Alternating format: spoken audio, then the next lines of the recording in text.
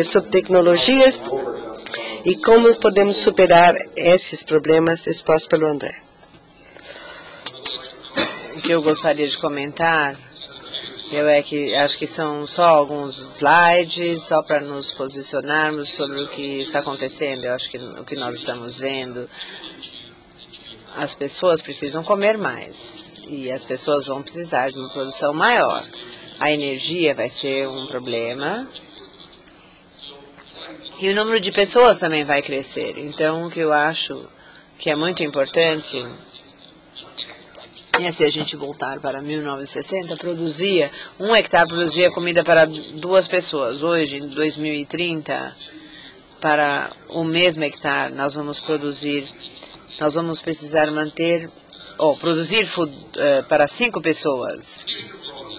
O problema maior que nós estamos encontrando não é só o food e o feed, mas exatamente o que foi dito hoje de manhã, que se você vir a maneira de como a produção está acontecendo, nós precisamos de um globo e meio, e se a gente continuar produzindo toda essa demanda, nós vamos precisar de 2,3 para terras ou globos para produzir tudo isso.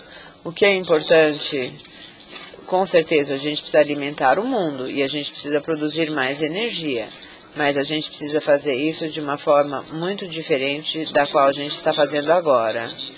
Uma coisa que nós precisamos entender, todo mundo está tentando trabalhar para fechar este gap. E todo mundo quer minimizar esse problema. E temos que ver como a gente pode fazer isso de uma maneira mais sustentável. Acho que o nosso dever é focar no rendimento, na sustentabilidade, e é exatamente isso que nós estamos fazendo. Nós estamos tentando fazer o nosso melhor em termos de produção. Uma das coisas muito importantes é como a cana-de-açúcar entrou nesse cenário. E quando a gente vê esse slide aqui, a gente pode ver que há 2 coisas muito bacanas. A primeira é o nível de energia que a cana gera. Então, para cada energia que você produz, a cana produz 9, e você também pode ver o quão competitivo é, mas o que é mais importante ainda é quando você compara isso com as outras culturas. Se você olhar a América Latina nos últimos 50 anos, você vai ver a quantidade, quantas vezes como a gente pode produzir mais toneladas por hectare em milho, arroz, soja. Você pode ver como a gente desempenha. E há uma razão por trás disso. Quanto esforço todas as empresas colocam no desenvolvimento de novas tecnologias químicas.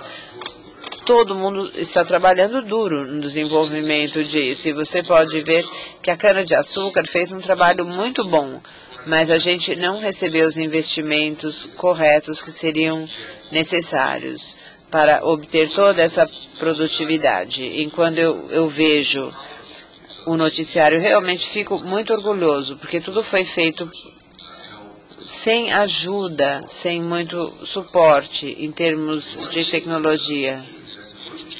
E o que eu acho que vai mudar é a maneira pela qual nós vamos desenvolver o futuro. E é assim que a Syngenta entende o futuro.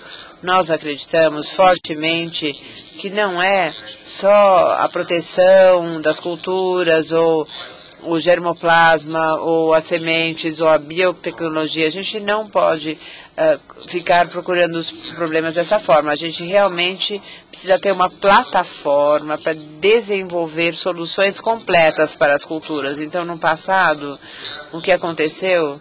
Se você tivesse uma praga, por exemplo, você compraria um inseticida e você resolveria o problema e ponto final.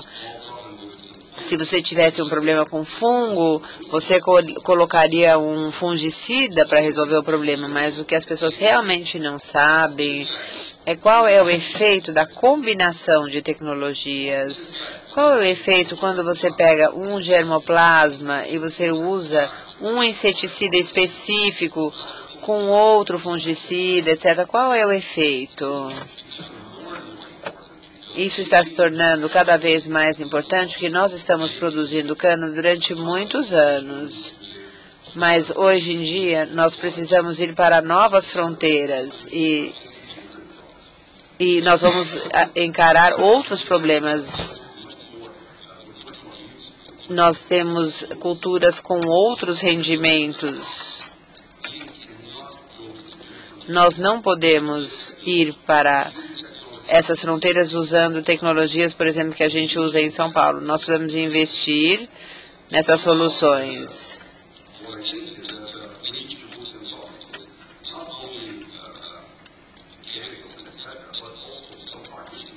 Também precisamos de parcerias, como plantar, como cuidar, como fazer irrigação e outras coisas. Então, na verdade, nós precisamos e nós podemos produzir muito mais com muito menos. E eu acho que nós temos a oportunidade de aumentar a nossa produtividade. Se nós virmos as vantagens, o jeito de avançar em termos de soja, de trigo e tudo, e se nós transferirmos essa tecnologia para a cana, nós com certeza vamos ter um rendimento incremental muito maior e aumentar esse rendimento sem usar mais solo. Nós vamos poder ser muito mais eficientes e muito mais rápidos sem usar mais água, porque nós vamos ter produtos para pragas resistentes. Não vamos poluir mais, precisamos simplificar a maneira de trabalhar sem gerar problemas para o meio ambiente. Eu acho que a minha mensagem é que a Syngenta acredita fortemente que só há duas maneiras de fazer isso. Uma delas é através de inovação e a outra é através de colaboração. Inovação, novas tecnologias, novos modelos de negócio, novas abordagens para a cana-de-açúcar. Em termos de colaboração, eu acho que nós precisamos juntar todo mundo para trabalhar com o mesmo objetivo. Precisamos analisar o value chain todo e precisamos juntar todas as pessoas e todas as capacidades para resolver baseado nisso. Então, nós não vamos ser bem-sucedidos sozinhos. Nós precisamos fazer parcerias, nós precisamos trabalhar juntos. Essa é a minha mensagem.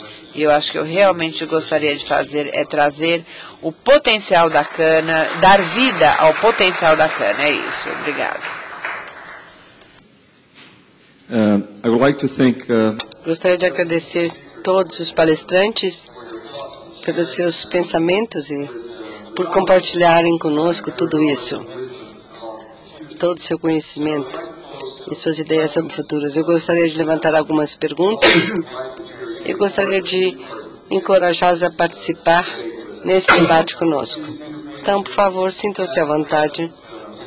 Nós temos várias perguntas já aqui, mas a primeira coisa, só para iniciar, é perguntar quais seriam os modelos que poderíamos, por exemplo, usar, colocar em uso, para trazer fazendeiros, os agricultores, acesso à tecnologia, à informação, acesso à inteligência, porque não é só o acesso a sistemas intensos baseados em tecnologia, mas também um modelo que estaria operando através de uma governança clara, regras claras, e, portanto, eles teriam acesso às tecnologias mais adiante. Podemos aprender com a nossa experiência aqui no Brasil e em outros lugares, e ir além disso e fazer um sistema bioenergético sustentável realmente. Eu gostaria de ouvir desde a Martina, aqui. Isso faz parte de algumas perguntas. Como podemos engajar os fazendeiros, os agricultores? Nós temos ideias, modelos, nós podemos fazer isso? Como podemos fazer isso? E com quem podemos fazer isso?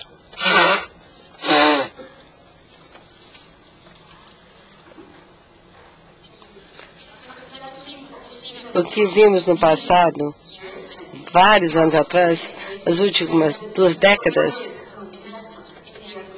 houve um subinvestimento no setor da agricultura, isso é bem claro. E em países em desenvolvimento, como foi mostrado, há um grande potencial de melhorar no rendimento, nas formas das boas práticas da agricultura. Nós temos que ter mais investimento, por um lado, e também aumentar a capacidade. Não é ciência científica. Como revitalizar isso um pouco mais é importante. Como surgir com novas parcerias, como foi mencionado. Como é que os biocombustíveis podem se tornar o chute inicial para mais investimentos no setor da agricultura e como podemos ver projetos envolvendo os pequenos proprietários em países em desenvolvimento, novas parcerias, como treinar essas pessoas, como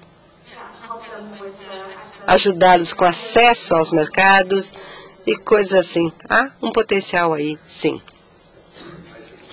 Eu acho esse é o centro da matéria que estamos aqui discutindo, é mobilizar algumas regiões. Como mobilizar os fazendeiros, os agricultores, vendo as bases científicas que temos para ver o que poderia ser produzido para alimentar o mundo e biocombustível, apesar de todos os limites ambientais, é como mobilizá-los, mobilizar a infraestrutura e investimento deles. Nós verificamos já há décadas que há uma queixa fundamental que nós estamos subinvestindo na agricultura. Isso também leva a um desastre. A pobreza está concentrada em alguns lares. A FAO já por algumas décadas está discutindo, está pedindo ajuda por décadas. E fiz isso em 2008, quando nós estamos falando sobre a crise alimentar. E pedimos, Deus bilhões para nós, vamos dar problema, mas ninguém está pagando por isso. E aí que nós temos uma oportunidade fundamental, lutando esse problema que nós temos criando uma companhia,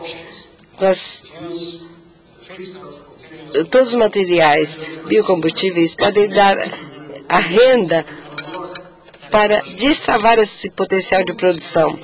A alimentação é altamente desperdiçada. Os fazendeiros na África não podem vender para a Europa por causa das barreiras tarifárias. Nós temos então um mercado infinito para vender. E nós podemos criar uma alavanca básica, pode trazer o dinheiro para a região. Não é um subsídio, não é um presente, é um valor real, é um ganho potencial. Nós não estamos gastando os trilhões de dólares por ano em gás natural e trazer isso para as regiões e os desertos do Meio Oriente. Se nós temos certo, nós podemos trazer isso para a mesa.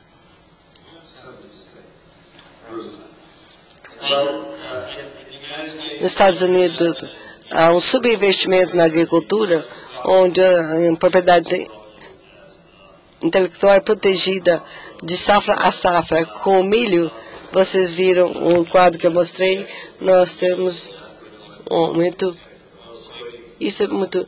Na soja isso ocorre menos e no trigo ainda é menor. Em termos de estudos nos Estados Unidos, a produção da propriedade intelectual aumentou muito e em termos de países em desenvolvimento, eles precisam verificar a si mesmos e seus governantes para ter uma melhor governança disso tudo. E isso vai eventualmente ajudar a produtividade da agricultura nesses países. Nós não temos uma resposta para isso, porque se tivesse um preço, os preços estariam mais baixos, claro. O mercado estaria captando isso, o mercado não está captando isso ainda. Se verificamos ao Brasil, o que está ocorrendo no Brasil, nós temos fazendeiros no sul que acabaram indo para o centro-oeste e para o nordeste para produzir lá. Nós não fazemos fazendeiros